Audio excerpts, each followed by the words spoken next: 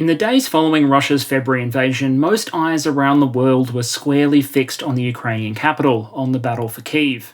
The story that captured global attention was that of VDV landings at Hostomel Airport, of massive convoys, of plucky resistance by Ukrainian volunteers, and eventually the defeat of the Russian thrust towards the Ukrainian capital, although not before some Western observers had predicted the city would fall within days. Now, obviously, the destruction of that Russian thrust was a critical Ukrainian military victory, but while the world was focused on it, something else was happening in the south.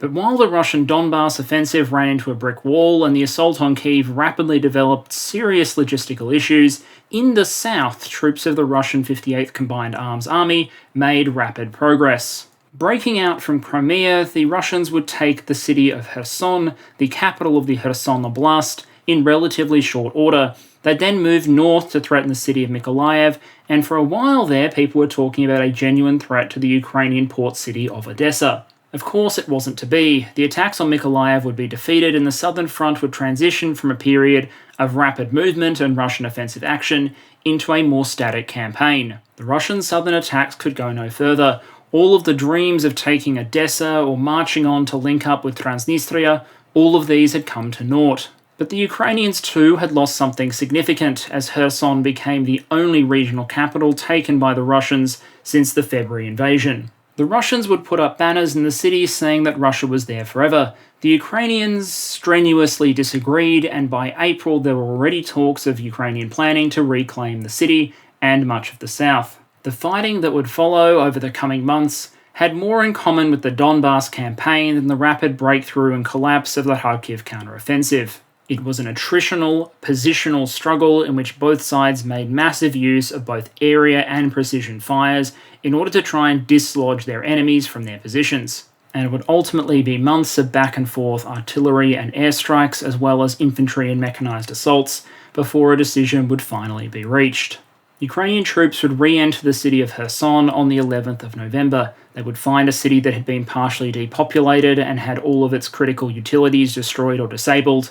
But at the same time, they found in a city which the Russian government had declared was and always would be Russian, a sea of blue and yellow flags and a welcoming population. This video is the story of how that happened and what happens next. Specifically, I'm going to try and trace the Kherson campaign in broad strokes from the fall of Kherson through the shaping campaign by the Ukrainians to the final offensive and reclamation efforts of the last few months. I'm then going to take a pause and look at the losses and some of the military observations that we can make about the campaign so far, noting of course that after a major battle is not a great time to try and gather accurate information. I won't be moving through each individual military maneuver. There are plenty of channels on YouTube that do that and do it better than I can. Instead, what I'll be trying to assess are the reactions, both domestically and internationally, to the campaign and what significance it has. What does it mean that Kherson has been liberated, and what does it mean for the war to come? But before I get into that, let me welcome back a returning sponsor, Ground News. If you follow major international events, you'll know the difficulty of finding accurate information in an environment dominated by echo chambers. Ground News is a news comparison platform that helps you do just that. It's a combination of an app and a website that allows you to instantly compare coverage of a particular topic across different news outlets from across the world. Clicking on a story, you can see the Ground News summary and then flick through the various headlines on the issue. You can build a picture out of the wider media ecosystem, see which organisations are emphasising what, and catch hidden details. And as you're browsing, you can see who owns the news outlets that are reporting on the story. Are they independent, owned by private individuals, or are they government funded? Each news outlet also has its own page where you can see a summary of its ownership and how various bias rating agencies have rated the news outlet's ideological spread. I'd always recommend applying your own critical eye, but it's a lot of information to have on hand. And for me, that's the key point. There are no silver bullets in the fight for accurate information, but we have to try. Ground News may be a tool that helps you see things just a little bit differently. So if you're interested, go to ground.news/Perun and try it out today. Now, in order to be retaken, a city has to be captured in the first place, and Kherson was lost in the opening days of the war. Now, as we can all well remember, Russia opened its February invasion by attacking on 4 fronts simultaneously. There was the assault from Belarus towards Kyiv, the attack from Belgorod towards Kharkiv, the Donbass axis, and the southern attack. A number of pro-Russian sources contend that the Donbass attacks were ultimately intended to fix Ukrainian forces in the Joint Forces area to enable the Kyiv and Kharkiv attacks to succeed. Meanwhile, the southern front involved an attack north out of Crimea to take much of the Ukrainian south. Now, I've talked before about how it's perfectly fine for analysts to be pro-Ukraine or pro-Russia in their political views, as long as analysis itself is as clear-eyed as possible. Twisting findings in order to fit a narrative ultimately accomplishes nothing other than to make a piece of analysis worthless. And so I would contend that the opening days of the offensive in the south included some of Russia's best performances of the war and some of Ukraine's worst. The 58th Combined Arms Army and the 42nd Independent Motor Guard Rifle Division were some of the better units in the Russian army, and they made good progress in the opening days. Kherson itself would be taken with relatively little fighting and with most of its critical bridges and infrastructure intact, something that would lead to allegations of treason, collaboration, and negligence on the Ukrainian side. There's a lot of video evidence of public resistance in the city of Kherson by the civilian population, but that wasn't enough to break up the cohesion of the Russian units, and the offensive spread out. Kherson had been taken, but this is also the axis that would push north towards Zaporizhia and east towards Melitopol and Mariupol. In some ways, the success of the Russian southern axis became its own worst enemy as it found itself fighting northwest, north, northeast, and east all at the same time. While we obviously don't have a copy of the Russian operational plans, it seems reasonable to assume that the 58th and 42nd probably made their first and second day objectives, for example. But if the bulk of commentators have it right, the southern axis now needed to accomplish several things simultaneously. It needed to push east, link up with the Russian armies in the Donbass, and create a land bridge to Crimea.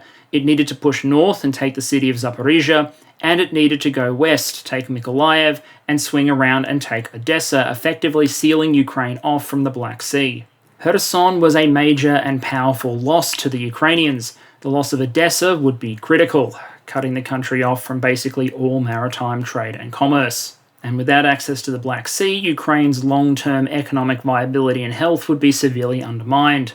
It's not like landlocked countries can't be prosperous places, but Ukraine was highly dependent on maritime imports and exports, particularly to get its many agricultural products out to the world. Of course, all that would remain purely hypothetical if Odessa couldn't be taken. In the end, of course, the Russian forces wouldn't even take Mykolaiv. The Russians had advanced quickly in the opening days, but they had also spread out while the Ukrainians had found their footing, and around Mykolaiv, the Ukrainians would make a heck of a stand. 42nd Guard Motor Rifle Division and its associated and supporting units would make it as far as the Mykolaiv city airport. But fighting further into Mykolaiv itself proved to be beyond their capabilities. The Ukrainians fought back hard. It's hard to remember now that we're in November, but this is the Molotov cocktails and burning tyres phase of the conflict, where resistance is powered by a mismatch of Ukrainian regular army, National Guard, local law enforcement, volunteers, and whatever the Ukrainians could throw together using whatever weapons were on hand or were flying in from overseas. When the Russians were unable to take Mykolaiv, they diverted a force further to the north, leading to the Battle of Voznesensk. If you want more detail on the individual manoeuvring of this phase, I do recommend the work of channels like Kings and Generals that map out this phase of the war well using the evidence we have available to us. But Voznesensk was fought on the Russian side primarily by the naval infantry. The Russian naval infantry generally having been acknowledged by international observers and by the Ukrainians themselves as some of the most competent Russian units that have been deployed during this war. And the idea of the operation seems to have been to swing around Mykolaiv, take Voznesensk, and enable a flanking offensive that would cut Mykolaiv off and potentially allow an advance on Odessa. The defenders of Voznesensk were a hodgepodge of local militia volunteers, territorial defense, and elite airborne regulars, a situation which basically encapsulated so many of the Ukrainian fighting positions in the opening days and weeks of the war. The Ukrainians would hold the city against the first attack, beating it off with heavy losses, and while the Russians may even have been able to go as far as taking the city itself briefly, ultimately they were not able to hold it. With Voznesensk a Ukrainian victory and the city of Mykolaiv holding, any chance of a quick movement towards Odessa was essentially dead for the Russians. Determined Ukrainian resistance and inadequate Russian resources ultimately meant that the Russian offensive in the southwest would be stopped at the gates of Mykolaiv. In the weeks that followed, fighting in the south would largely become a positional and attritional affair. Russian forces would dig in on the offensive, move their occupation authorities into the city of Kherson, and divert a number of their units to higher priority fronts. The Ukrainians, meanwhile, would plot, bring in new forces, new capabilities, and plan for the eventual reclamation of Kherson. The Ukrainians were vocal in their plans to retake the city of Kherson, but in war, as in so many other fields, it is much easier to declare your intention to do something than actually do it. And in Kherson there were a number of significant barriers. An enemy that was digging in around a number of fortified settlements that enjoyed a massive advantage in artillery and mechanized firepower, being foremost among them. As much as the internet went wild for the videos that came out of Kharkiv of people charging fortified positions using Humvees and Mardus mounted on the roof, the battlefield in Kherson demanded a little more thinking. Kherson was not Balaklia, and a YOLO charge using light vehicles wasn't going to cut it. And so instead, Ukraine began a months-long campaign to shape the battlefield in its favour. And when I say Kherson was not Balaklia, I mean that for a variety of reasons, with number one being the terrain, the ground. For an army that is outgunned by opposing artillery, Kherson was a nightmare in terrain terms. If you look at that part of Ukraine, it is flat fields, low rolling hills, and the occasional bit of forest cover as far as the eye can see. And all of this is punctuated by a web of small towns and settlements that have been turned into fortified defensive positions by the Russians.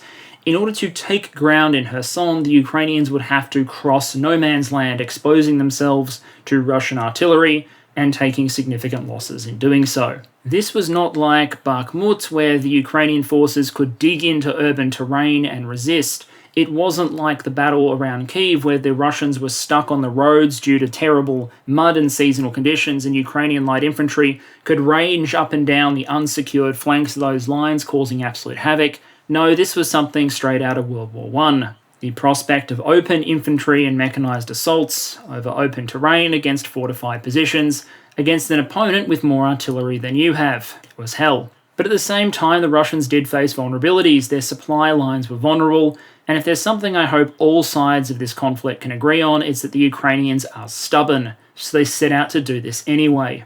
Now, of course, one way you can increase the chance of success for any military operation is to ensure it's as secret as possible. You don't want your opponent to have time to divert more forces to the area, you don't want to encourage them to dig better fortifications or put its troops on alert. So, of course, Ukraine loudly yelled from the rooftops that a Kherson offensive was coming. An attack was being alluded to in June. By July, they were basically screaming that an offensive could be expected every day now. I've used this photo of Denis's video from July 16 for a reason. He wasn't the only one who was relaying the sentiments of people like Zelensky that an attack to reclaim Kherson was imminent. And say what you will about Russian military intelligence, they did in fact notice when Zelensky started saying that he was going to reclaim Kherson. And the best evidence I have available to me suggests that the Russians took these indications and other clues very seriously. They began to seriously reinforce the forces in the Kherson Oblast. They brought in a number of elite, high-quality units from other fronts.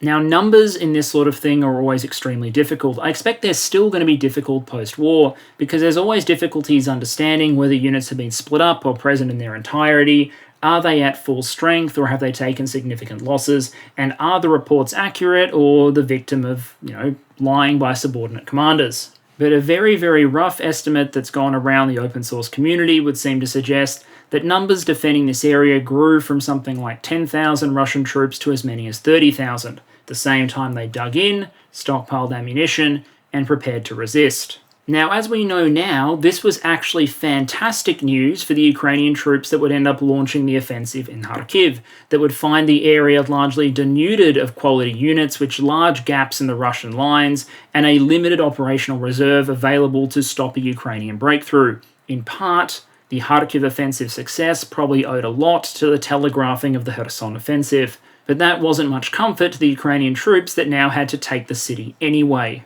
Ukrainian High Command seems to have agreed with that assessment because they decided not to launch an offensive directly into the Russian defences immediately. Instead, they chose to deploy one of the new systems that had begun to arrive in Ukraine in numbers: Himars. The introduction of Himars to the war in Ukraine is something that we've talked about before. The critical role that the system played in destroying command posts and importantly ammunition dumps on basically every major front of the war. While obviously no system decides a war or swings momentum single-handedly, Himars' arrival does strongly correlate with a massive decrease in the amount of ammunition being fired through Russian artillery in places like the Donbass, possibly because their ammunition dumps suddenly started exploding, smoking habits and all that. Truly, it is a mystery to me why so many Russian soldiers developed a crushing nicotine addiction right around the same time that some long-range guided precision munitions began to arrive in Ukrainian hands. But on the Kherson front, it would not just be command posts and ammunition dumps that would be targeted, it would also be bridges. Because you see, while the Russians did have some elements of geography on their side, like for example the fact the Ukrainians had to attack over largely open ground in many of these cases against fortified settlements, the Russian position also had a problem. It was on the wrong side of a bloody river, and when your fighting style is based on the extensive employment of artillery and mechanized vehicles, you need to move a lot of ammunition and fuel in order to sustain yourself. If there's a river in the way, well, that means you need bridges. And Himars doesn't like bridges. From July onwards, the bridges over the Dnipro River would become some of the most victimized inanimate objects on planet Earth, victims of constant Himars attacks. At the same time as the Russians were moving reinforcements onto the right bank of the Dnipro, the Ukrainians were cutting the ability to move supplies across said river. And keep in mind, because I'm aware this is sometimes confusing, when you talk about the left or the right bank of a river, that's viewed from a perspective of the water as it flows. If the water is flowing towards the ocean and you are the water, the right-hand side of you is the right bank and the left-hand side is the left bank, which means given a twisty river, the right bank may be east, north, south, west, depending on where in a river's path it is. This is just a consistent mode of referencing, but for those who do find it confusing, in the area that we're talking about, the right bank of the Dnipro is the side facing the Ukrainians, and the left bank is the side facing the Russians and Crimea. In any case, the military objective of the Ukrainians here was relatively clear: undermine the combat effectiveness of the Russian forces by cutting their supply lines. I'd also argue that Ukrainian actions against Crimea in this period should be considered part of the Kherson campaign. For example, Crimea was home to a number of fixed and rotary-winged aviation units that could be used to support Russian troops fighting off any Ukrainian counteroffensive. So actions against Russian air bases like the Saki air base attack, I've got an image of that up on the screen at the moment, where 10 aircraft were either destroyed or damaged and many more were subsequently withdrawn, either to other air bases in Crimea further south or indeed back to Russia itself, arguably play a critical role in diminishing the resources available to Russian commanders in the local theatre. The damage at places like Saki or some of the other ammunition depots and bases that were hit by whatever happened to hit those locations wasn't exactly catastrophic in a military sense, but what it did force Russia to do, or rather prompt Russia to do, was move more of its assets away from the Kherson front, something that could only help the Ukrainian forces that were about to go in. The Ukrainians would also improve their odds by introducing a lot of the new weapons and systems and capabilities that they were receiving from Western countries into the Kherson theatre. This included things like the new tanks that they were receiving from Poland. We saw a lot of T-72 M1 in the Kherson theatre. A lot of the new NATO standard self-propelled guns, HAR missiles, which are the anti-radiation missiles used by aircraft to counter air defense systems, like S-300, all of these were concentrated and seen deployed on the Kherson front. Now, while I'm aware that there are publications out there that basically take the claims of the Russian MOD that harm was useless or was locking onto microwaves in the Donbass, I'd argue that on the evidence available to us, it seems to have actually made a difference. To cite just one piece of evidence, we know that the Ukrainian TBT drones, the Bayraktars, had ceased to operate in a strike role in most locations after the opening days of the war. Basically, once the Russians got their air defense sorted out, the Bayraktar was just too vulnerable to Russian air defenses to operate in a strike role. It transitioned to more of a standoff reconnaissance role. Then it just so happens that soon after HAR missiles start being used in the Kherson theatre, we start getting video of TB2 strikes in theatre again, which shouldn't be happening considering the density of Russian air defense assets in the area. Again, this isn't proof per se, but the evidence does seem to suggest that there was some degradation in Russian air defenses, because it wasn't just TB2s, it was a massive uptick in reports of Ukrainian airstrikes on positions in the Kherson region. which means Russian air defense radars were either being destroyed, shot off, maybe the operators were drunk, it's hard to prove it, but the correlation here does seem to suggest that the most reasonable explanation is that systems like HARM forced at least some Russian air defense units to shut down, or indeed be destroyed. In any case, HIMARS bombardment, a couple of HARM missiles and TB2 strikes were not going to be enough to displace Russians from their positions around Kherson. And that's pretty much been true at all times throughout history. In the end, no matter what capabilities you have available to you, if you want to take ground, well, you don't own it until the infantry goes in and plants a damn flag. And while fighting had never stopped in Kherson, battles were constant, artillery duels were constant. It was never exactly a pleasant place to be if you were a soldier. By August, the Ukrainians were ready to ramp up significantly. However, first things were going to get a little bit strange. The Ukrainian Ministry of Defense would request a blackout on information coming out of Kherson as we moved into August. At the same time, the Russians continued to build up their defences on the right bank of the Dnipro. In occupied Kherson, the administration the Russians had put in place sent out a call for all men in the city who didn't want to be evacuated to volunteer for service in the territorial defence units to protect the city. I'll leave it to the audience to imagine how well that one went.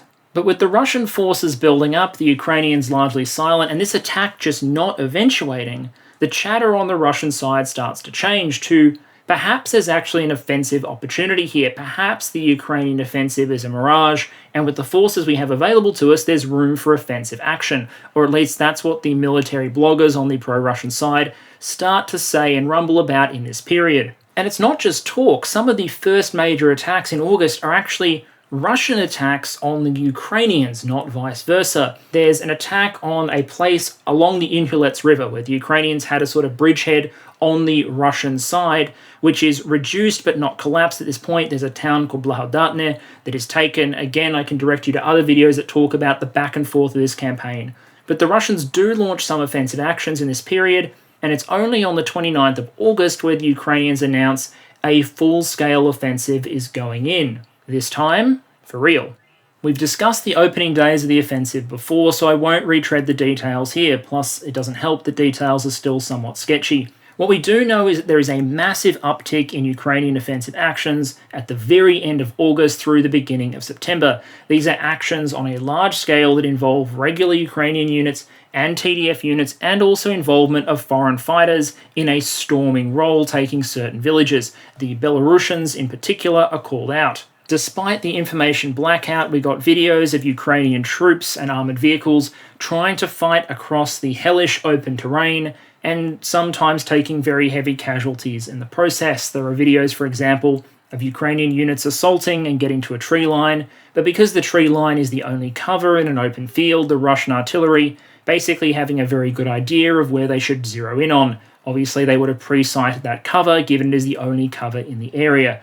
Casualties followed. And with Ukraine in a state of information blackout, the information space was basically ceded to the Russian government, pro-Russian sources, and random commentators on the internet. So of course, within 48 hours of the Ukrainian offensive beginning in earnest, people were declaring that it had failed. Pro-Russian commentators and propagandists went absolutely wild. They declared that the offensive had run into a brick wall. Local officials were quoted on TASS as saying that 3,000 Ukrainians were dead by the 5th of September. There were statements that the Ukrainians knew the attack was suicide, but NATO forces, because remember, in the Kremlin narrative, Ukraine doesn't possess autonomy. It just responds to instructions that are given to it by Washington, for example. And in that narrative, NATO partners had forced Ukraine to launch this offensive before it was ready. It had fallen flat. The Ukrainian army had been destroyed. Its offensive potential was exhausted. Russia had won, guys. And I saw these videos beginning from like the 2nd of September onwards, and by the 5th there was an article on TASS, the official Russian news agency, saying the same thing. Now at the time, you'll remember I said that it was basically impossible to assess whether the campaign had succeeded or failed in the opening days, because there was no suggestion the campaign was intended to collapse the entire Russian front in a matter of days. If that was the intention, then cutting the supply lines over the bridgeheads wouldn't have worked. In order for that shaping campaign to pay off, in order for that strategy to force the Russians to retreat, it wasn't enough to damage the bridges, because some supplies would always get through by pontoon or by barge or by helicopter. Instead, what would have to happen is that the Russian forces would have to be forced to fight. continuously, to fire off ammunition, to replace vehicles, to request spare parts, and most importantly, to expend a god-awful amount of artillery ammunition. Now, we cannot know for sure what the Ukrainian High Command intended, but the option that makes the most sense is that this wasn't intended to be a crushing blitzkrieg breakthrough operation,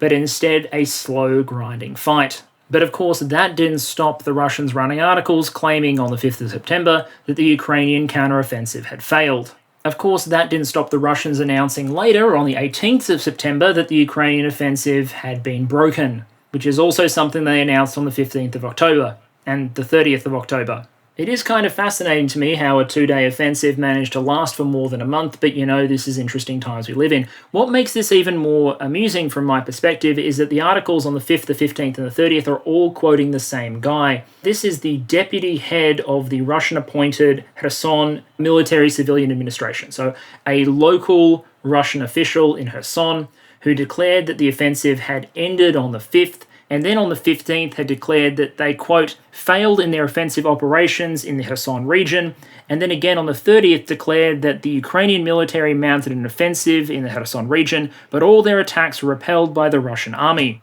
I guess if nothing else, we should give the guy points for consistency. Although, to be fair, by the middle of October, Stromosov was publicly expressing frustration with some members of the Russian military leadership. He may have indirectly intimated that people thought that Sergei Shoigu should shoot himself, which is a brave stance to take in Russian politics, and he would die in a car crash on the 9th of November. In any case, the failed Ukrainian offensive in Kherson would roll on, although, to be clear, it wasn't without casualties. Every Ukrainian I have talked to who fought at Kherson, either early in the war or during this stage, described it as hell. Ukrainian casualty figures are something that are supported by a triangulation of sources, pro-Ukrainian, pro-Russian, and open source individuals looking at visually confirmed losses. The Ukrainians were trying to launch an offensive over open terrain against a dug-in opponent that still had superiority in a number of weapon systems, in particular artillery and arguably also armoured vehicles. They were doing so in some cases against some of the best troops in the Russian army, who the Ukrainians admit fought pretty damn hard. And they were trying to do it without enjoying anything like the 3-to-1 advantage that you would usually like as an attacker against a defender,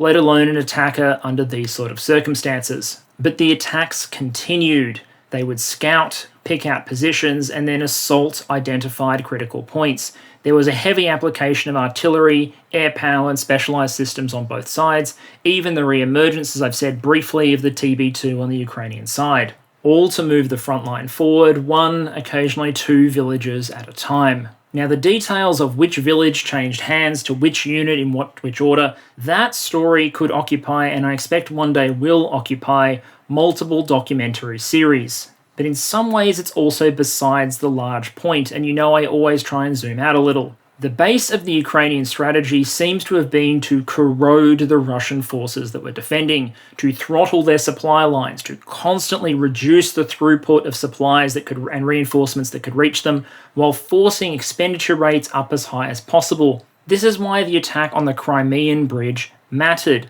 This is why the Himars attacks on the Antonovsky and other crossings mattered, because they throttled Russian supply capabilities. And so, to explain this stage of the fighting to you, I'm not going to tell the tale of a particular town, assault, or military operation. I'm going to tell you the story of the Antonovsky Bridge. Because from a logistical perspective, the Antonovsky Bridge was one of the most critical logistic links involved in this stage of the war. It was a major road bridge crossing the Dnipro River very, very close to Kherson itself, which meant that there was no chance of the river that you see on the right-hand side of the map causing supply difficulties. Supplies could be brought almost directly, into the city itself. If the Antonovsky Bridge was left intact, then it would be relatively easy for the Russians to supply forces around Kherson itself.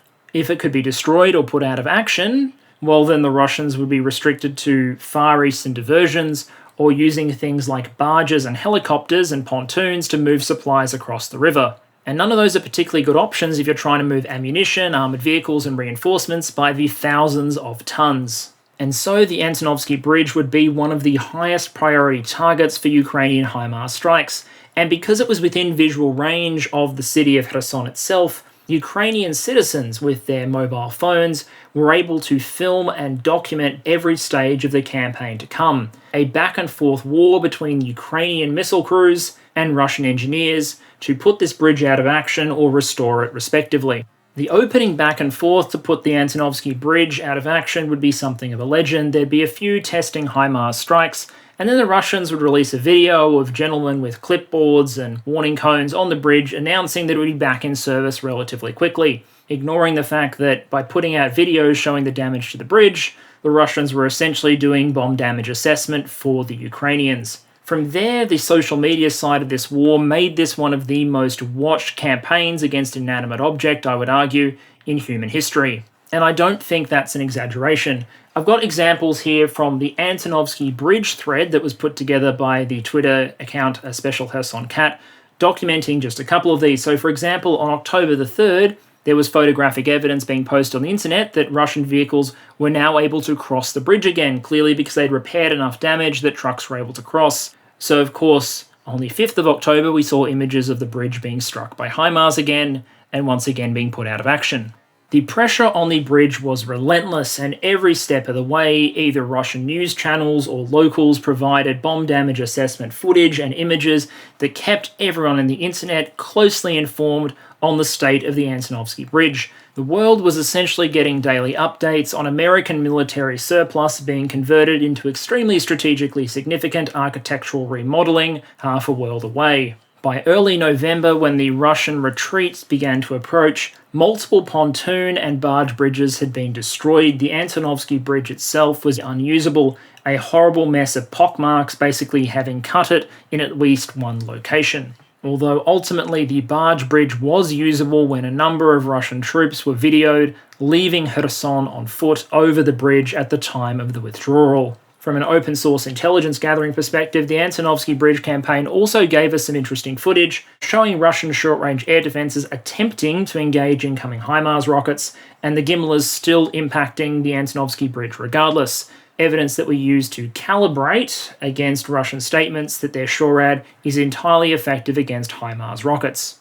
In the end, however, despite continuous attacks by the Ukrainians, it would be the Russians that would deal the final blow to the Antonovsky Bridge. After the Russian withdrawal was complete, they blew the bridge, detonating a major segment of it, collapsing it into the water, giving us this image that began to surface on the 11th of November. In the end, based on the evidence available, I'd conclude the Ukrainian offensive using Himars and systems of that sort against the Antonovsky and other bridges was mostly successful. They seem to have succeeded in throttling the ability of the Russians to supply their forces in Kherson, forcing them to withdraw. But they were not so thoroughly destroyed or cut as to prevent the Russians using, for example, that barge bridge to get troops and individuals out on foot under the cover of darkness. And now, of course, in its destroyed state, there's little prospect of the Antonovsky being used to support Ukrainian actions on the other side of the Dnipro. Mostly because it turns out that if you're trying to destroy a heavy reinforced concrete structure, it's generally a lot easier to rig it with a shit ton of high explosives and blow it in place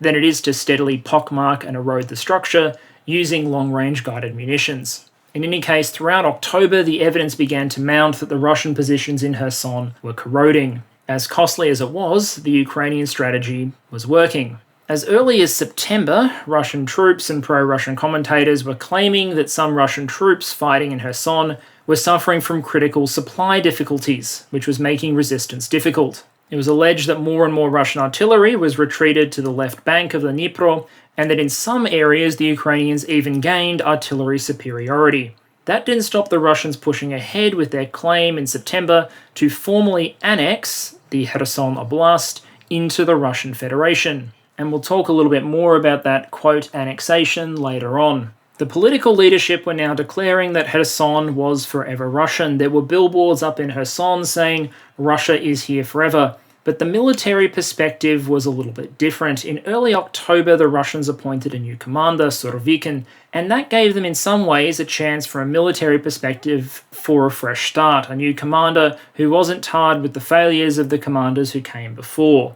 In October, he would give an interview in which he described the situation in Kherson as difficult. The government installed by the Russians in Kherson was evacuated to the left bank of the Dnipro. The Russians also announced that Putin had approved the evacuation, quote-unquote, of civilians from the city of Kherson itself. At this point, the rumour mill went wild, with the conflict being between those who thought this was a signal that Russia was intending to pull the civilians out of Kherson and convert the city into a new Stalingrad, and those who believed that this was the prelude to a Russian military pullout of what was now a thoroughly untenable, in logistic terms, military position. In the end, of course, it was the latter group that was proven correct. There was no trap, no grand plan. Russian forces just retreated. And here I do feel the need to stop for a moment and bust a few myths or misconceptions that have surfaced over what this withdrawal looked like. Noting, of course, that while I claim to be busting myths here, I'm working with very limited information about a week after this happened. But let's work with the best that we have available to us now.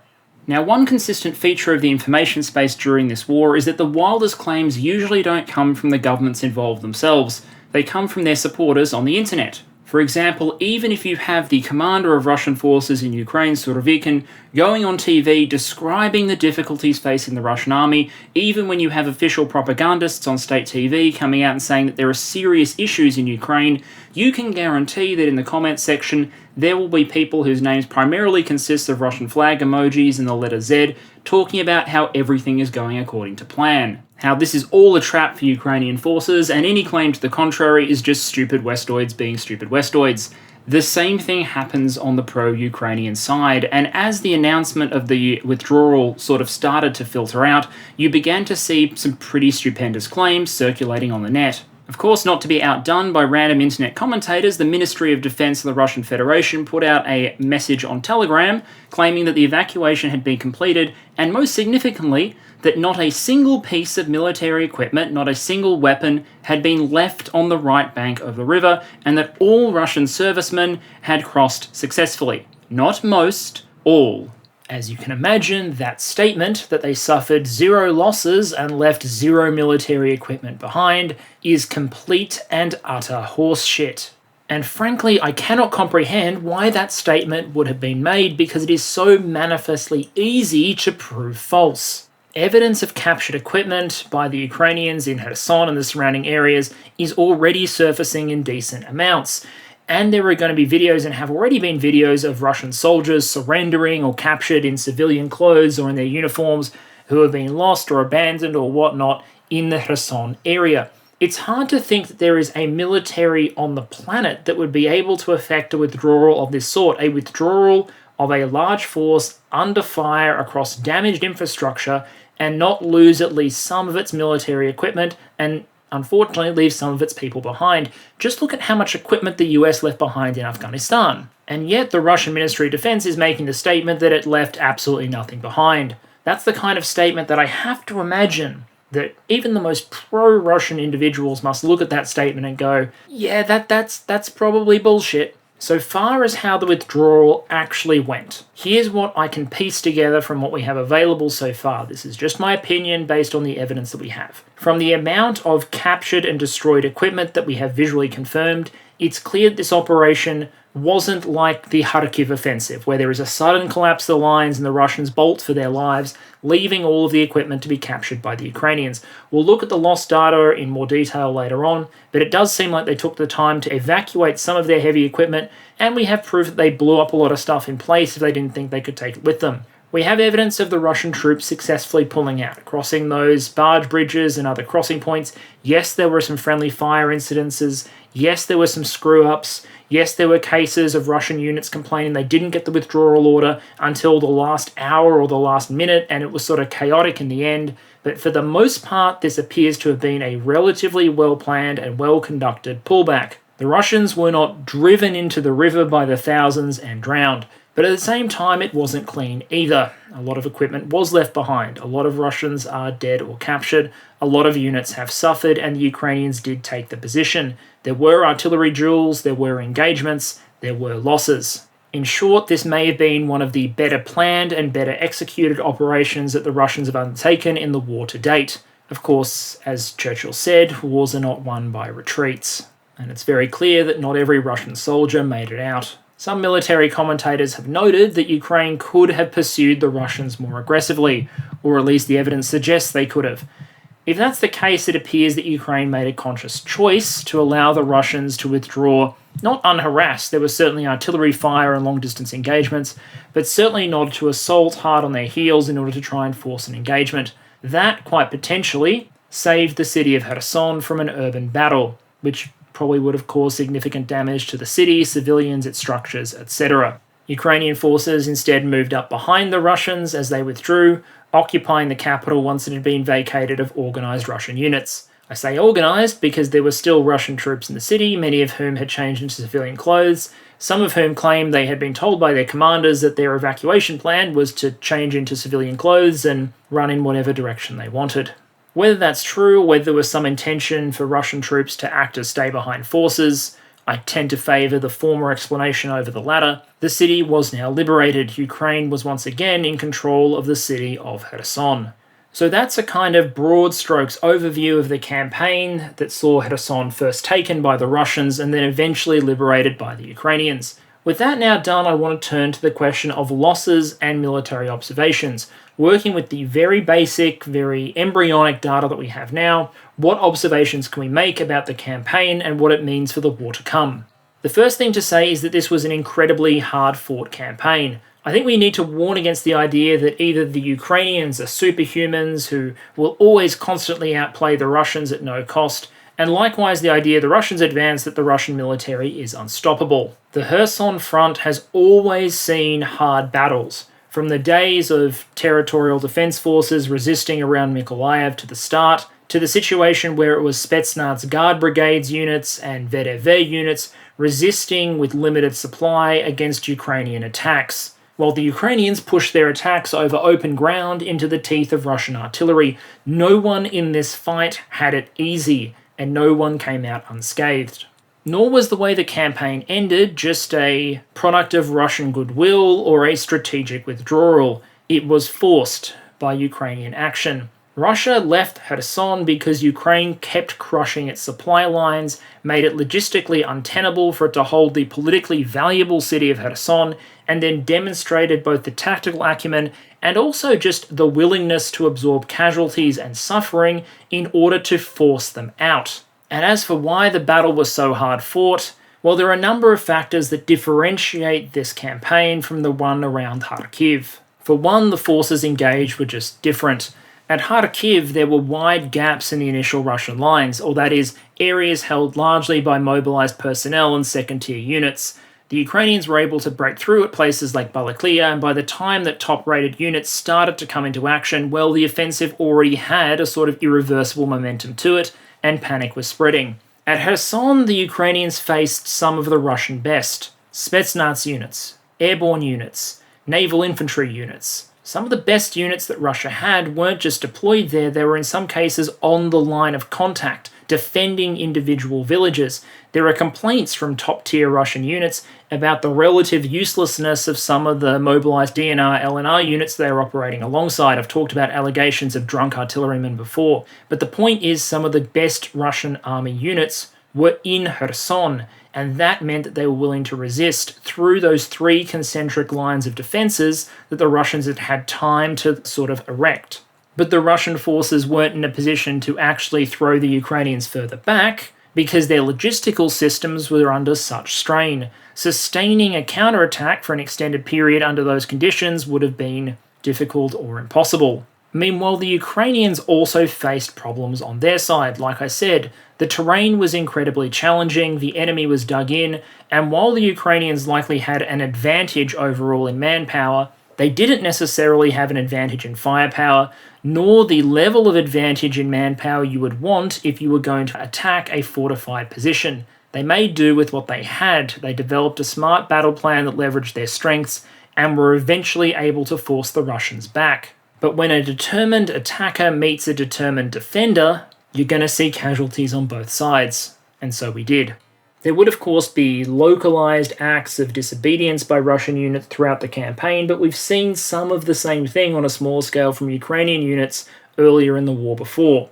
And in many cases it does seem that those high-quality Russian units preferred to bleed and potentially die in place rather than retreat without orders. Of course, using these kind of units in this way meant that they couldn't be used elsewhere. I'd also like to highlight, although I don't dwell on it, that this whole process was also very, very difficult for the civilians involved. The residents of Kherson now find themselves in a city with no utilities that's been partially depopulated after many months of occupation. The health and safety of those that still remain in Kherson will be a challenge for some time. And in terms of mental health, well, I imagine many of these people will carry the impacts of these days and events for their entire lives. In terms of battlefield performance, we saw some interesting things. Ukraine deployed a number of new or newer capabilities around Kherson on a larger scale than it did on some of its other fronts. Obviously, a concentration of the use of HARM, a concentration of the use of Himars, and also a place where they concentrated shipments of many of the new armoured vehicles they received from the West.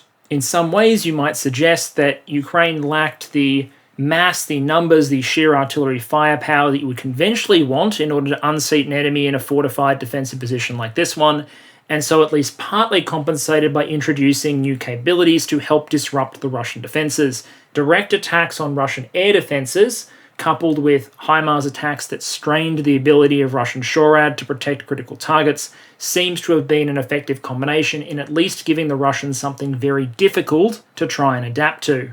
And of course, without HIMARS, there would have been no supply line interdiction. There would have been no pockmarking or destruction of the Antonovsky Bridge, no destruction of the barge bridges or the pontoons. The range and precision of the Gimler's rocket is one of the key elements to enabling that campaign of choking supply lines to actually work. I imagine the options that would have been available to the Ukrainians if those weapon systems like HIMARS hadn't been available would have been both considerably less attractive from a military perspective and also likely to lead to considerably higher casualties. But at the same time, it looks like a lot of the fighting was done by good old-fashioned systems, older artillery pieces and some newer ones from the West, armoured fighting vehicles and infantry working together to scout enemy positions, suppress them with artillery fire, to give the infantry an opportunity to close in, assault and clear positions. Gimlers couldn't be used to attack every foxhole, every defensive position. That was a job for the regular artillery and ultimately for the Ukrainian infantry to suppress and then clear. I bring this up mostly to stress that super weapons are unlikely to win this war by themselves. While Ukraine would benefit, for example, greatly from receiving systems like ATACMS, they're also going to need basic infantry kit, body armor, night vision goggles, artillery pieces, artillery shells, tanks, armored fighting vehicles, all the boring stuff that goes into creating and reconstituting combined arms units, because without those, well, you don't really have an army. And the guy driving the HIMARS gets a very confused look on his face when you tell him it's his job to go and clear a trench. In terms of losses, like I said before, all of the data available to us suggests that this was a very hard fought and a high casualty campaign. We have spikes in visually confirmed loss data that accord with times of known accelerated offensive activity, although you do have to account a little bit with the blackout periods where the Ukrainians weren't posting as many photos or images, although of course Russian sources are a big driver of images of destroyed Ukrainian vehicles from things like drones. But also just basic principles suggest this should be the case. Like I said, a hard assault on fortified positions with unfavourable terrain against a determined opponent with good artillery means you're going to lose people. And I suspect the Ukrainian troops going into this offensive knew that that was going to be the case. And on the Russian side, of course, there's the claim they didn't leave a single piece of military equipment behind, which just isn't true.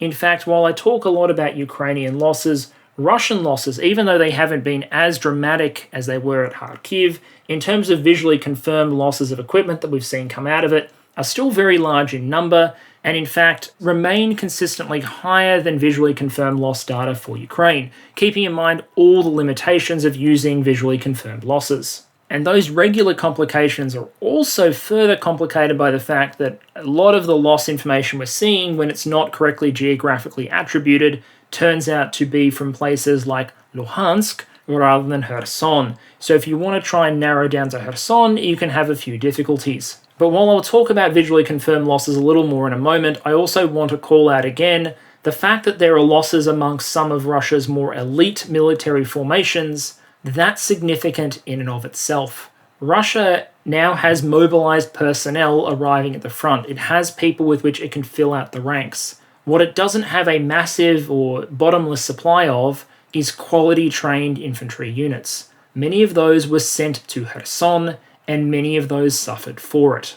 So far as the visually confirmed loss data goes, again, take this with a pinch of salt, but the ratio between Ukrainian and Russian losses in the time period covered by the Kherson offensive has been considerably more even than it was during the Kharkiv counteroffensive, where the Russian army basically just left all of its equipment behind, causing equipment losses to spike.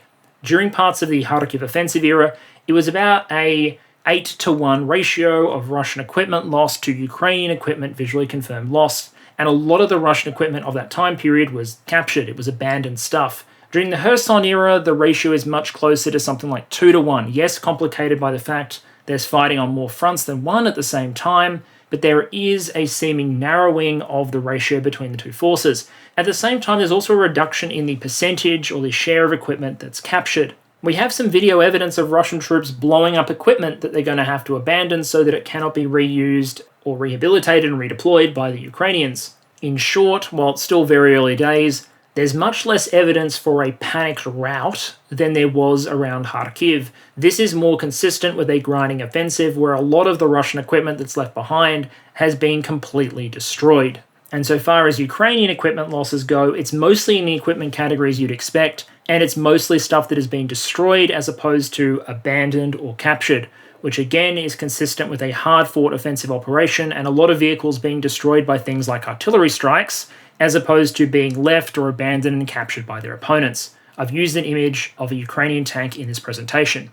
While the question of quantity and ratios is still a little uncertain at this point, however, the issue of quality is very, very interesting, as we have seen a greater and greater number of older Russian systems appear in the loss data over time. After all, the internet made a big deal of it when the Russians started to roll T-62s onto the field of battle. The T-62 had been retired from active service, and as the name suggests, the original design dates back to, well, the 1960s. But up to this point, when we say we've been seeing Russian T-62s, we've been seeing largely vehicles like T-62M, which is a 1980s upgrade of T-62, which added ERA, a better fire control system, increased armor protection, and a number of other upgrades. Now, we shouldn't jump to conclusions over one or two data points, but what you're seeing on screen is a captured Russian tank in the Kherson Oblast.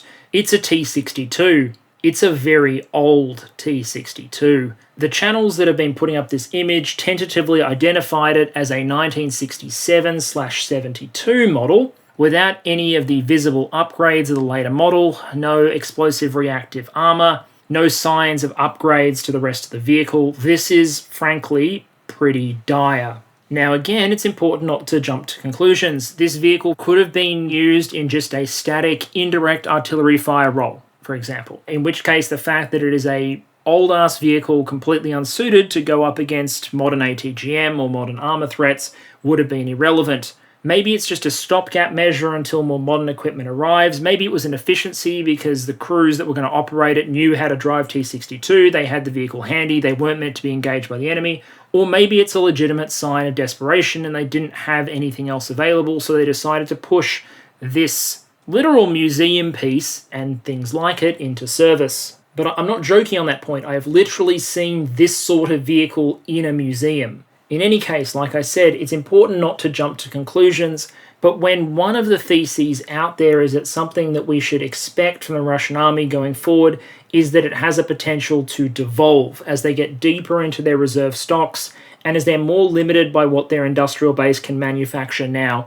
in quantity, mostly by restoring old tanks as opposed to producing new ones from scratch. Perhaps we will see the Russian army using more and more of this older stock.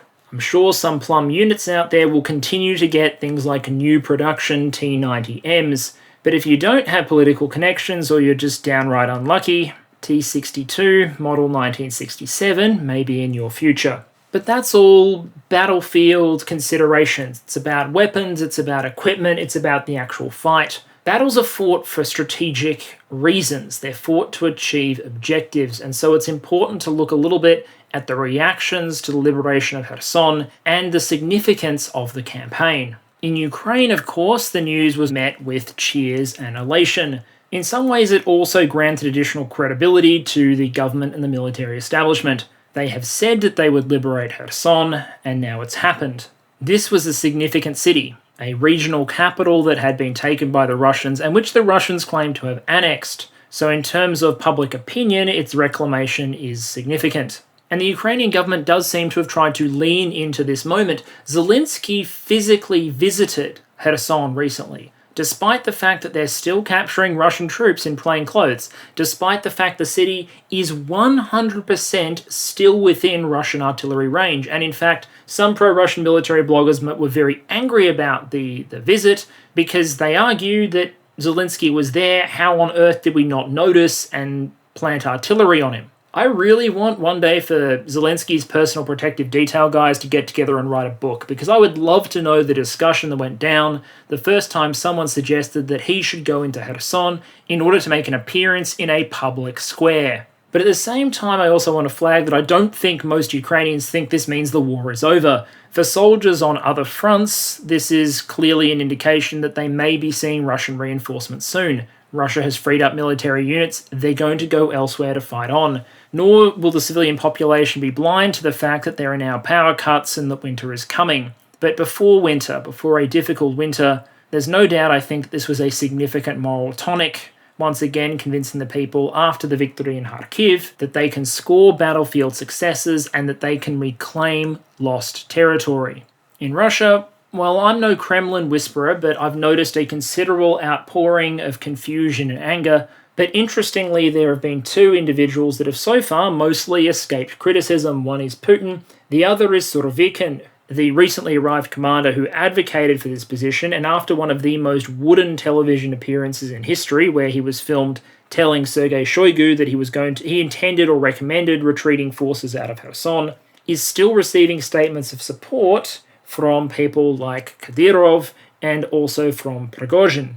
In other words, there's not much public bloodletting between the higher-ups at this point, and it seems like Surovikin is going to be given space in order to try it his way. It is probably not a coincidence, however, that soon after the retreat from Kherson, the Russians launched a massive missile attack against Ukrainian civilian infrastructure. You'll remember they did exactly the same thing after the Kharkiv counteroffensive. This probably serves a couple of purposes. Domestically, it reassures and rallies the population because it's a sign that Russia is striking back, that it's fighting seriously, that it's damaging, that it's punishing the Ukrainians for the temerity of attacking them. Militarily, it does have some utility, although the main goal seems to be to pressure the civilian population. There's some limited utility in terms of weakening the ability of the Ukrainians to use electric-powered trains, but for the most part, it seems to be a punitive strategic bombing campaign aimed at causing discomfort, suffering, and pressure to civilian populations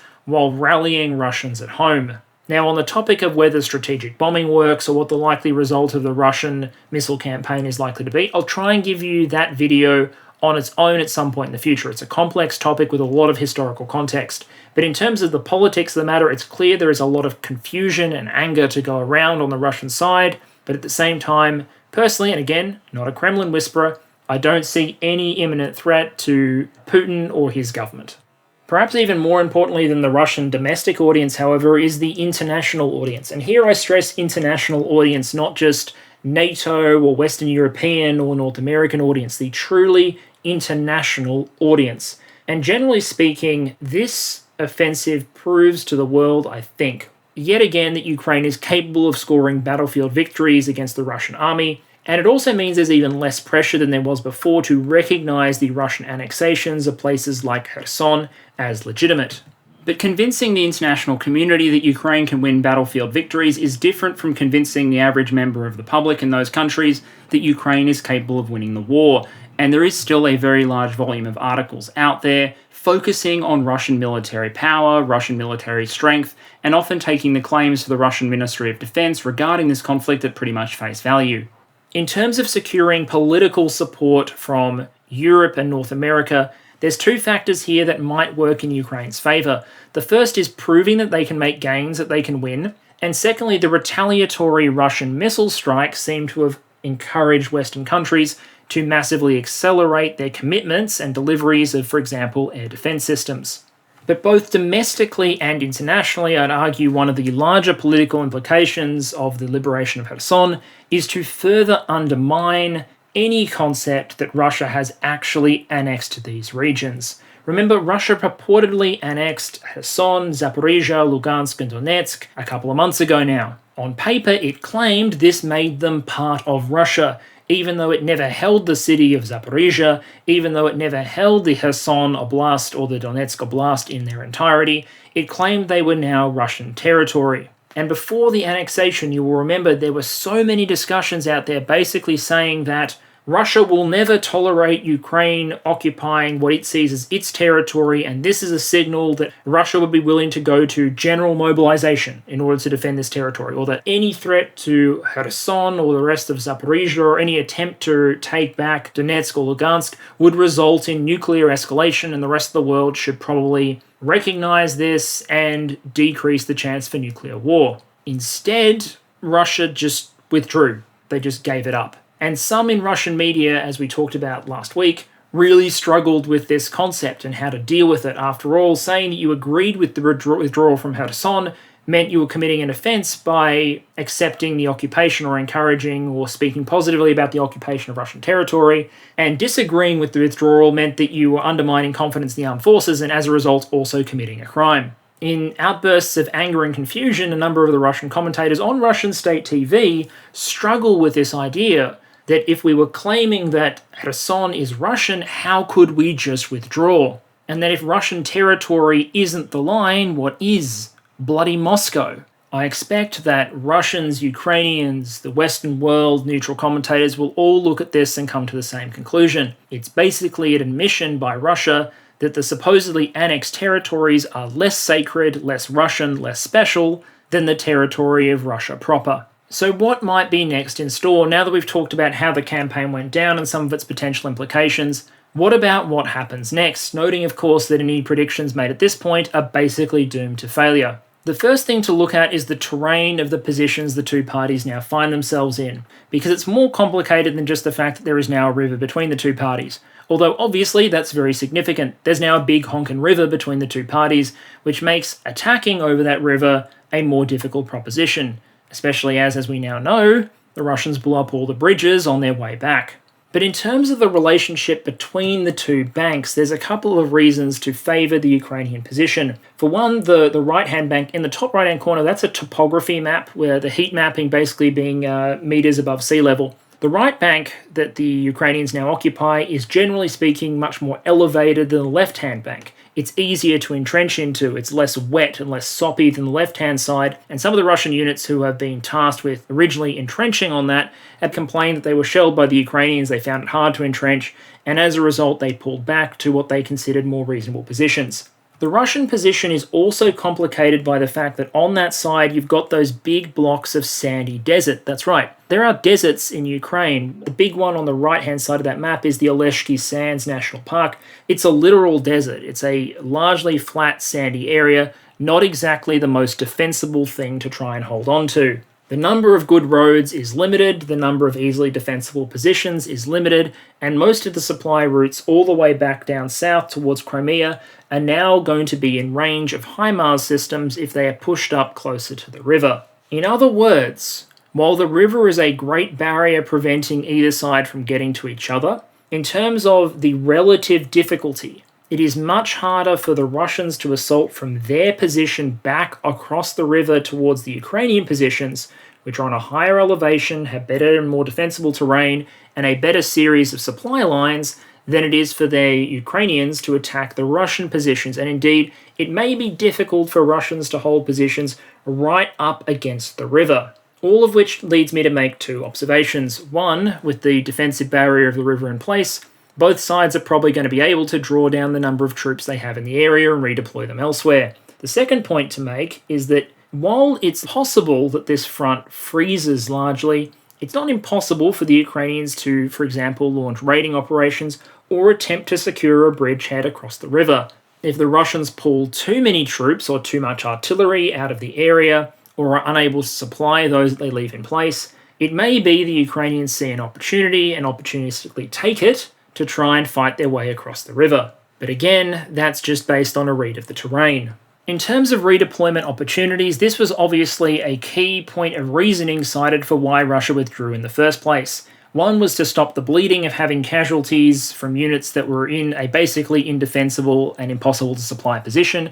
The second was to free up those units to possibly fight on other fronts. For example, to defend or launch a counteroffensive in the Zaporizhia region, or potentially to deploy to the Donbass to reinforce the offensive against places like Bakhmut, for example. There's a lot of talk of this. There's less talk of the obvious counterpoint, which is the same point applies to Ukraine. And given that Ukraine had a numerical advantage, it is reported, against Russia in the area, plus is now defending the more defensible bank, well, it makes sense that Ukraine will also free up a number of units for redeployment. So with the slowing of the operation around Kherson, and as we transition from mud season into winter, the ground becomes firmer, armoured vehicles become more mobile again, we may see an uptick in activity in other sectors as a result of units that have been moved out of the Kherson region. Both sides, however, probably have some units that are very badly chewed up. They probably require reconstitution, so bring in new people, bring in new equipment, repair the equipment you have. But given the way we've seen this war go, and the Russians throw some very badly damaged BTGs into action before, and the Ukrainians occasionally use quite heavily damaged or tired TDF units in emergencies, it's not impossible that some badly mauled units will be immediately redeployed.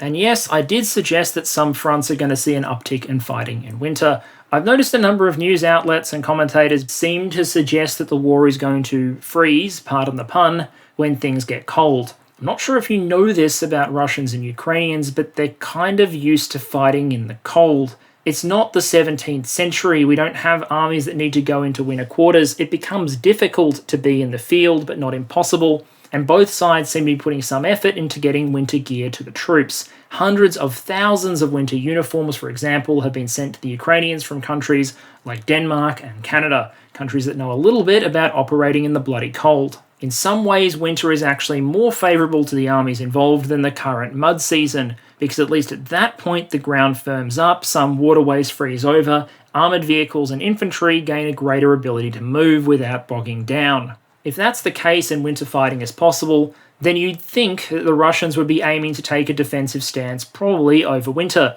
to train up their newly conscripted personnel, their Mobics, to integrate them into their units, to rebuild the BTGs that have been destroyed, to build combat potential and units, to solve communication difficulties, to put together a force that's capable of winning back the initiative in 2023 after we move into campaign season. Now, the Ukrainians will clearly want to do training and reconstitution too, but given that they currently very clearly have the initiative, they've just fought an offensive in Kharkiv, they've then followed up with an offensive in Kherson. In fact, you could argue the Kherson offensive began before the Kharkiv offensive. In any case, Ukraine undoubtedly has the initiative. They probably want to maintain it. They probably don't want to allow the Russian army time to rebuild and reconstitute itself, which is a pretty strong motivation for winter offensives, which is why I think we may see some. Kherson may have fallen, but the war isn't over, and I don't expect the deep freeze of winter, even if it slows down some aspects of operations, to put a stop to them. The war isn't over. In conclusion, the liberation of Kherson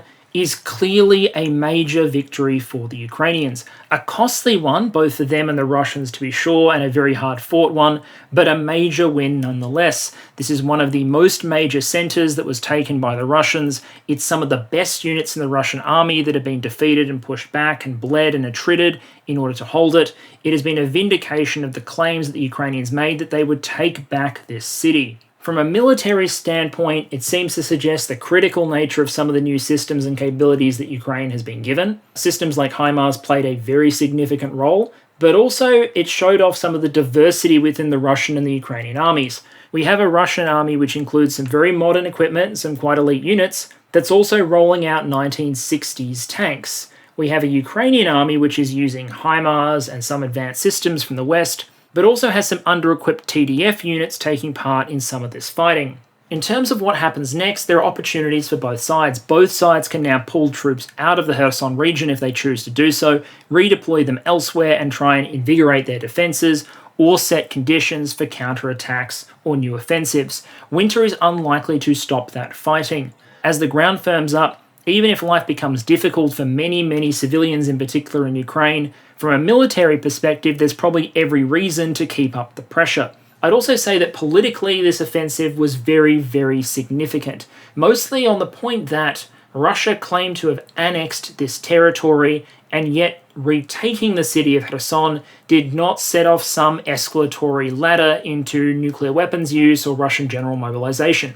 It set off a retaliatory conventional missile attack, which is exactly the same thing that the Kharkiv counteroffensive set off as well, which seems to suggest that Russia generally is signaling that it regards these territories in many ways as similar to the unannexed occupied areas of Ukraine, as opposed to, I don't know, the suburbs of St. Petersburg, for example.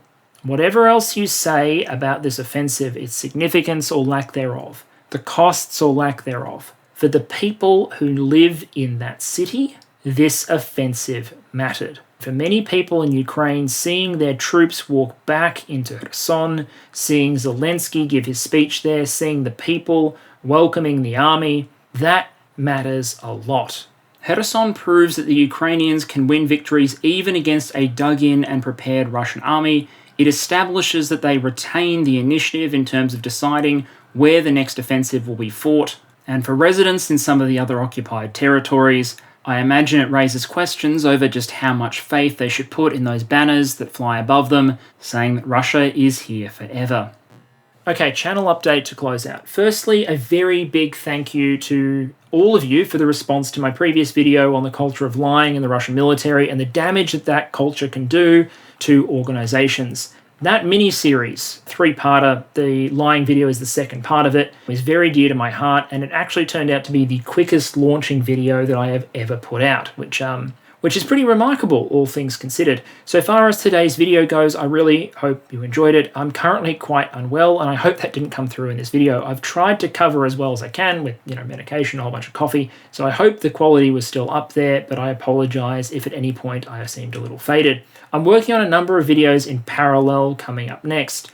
One on systems, so IFVs and APCs in Ukraine, one on the strategic bombing campaign, including specifically the Russian missile campaign, its impact, its potential effects, historical analogies, etc. I'm looking at those at the moment.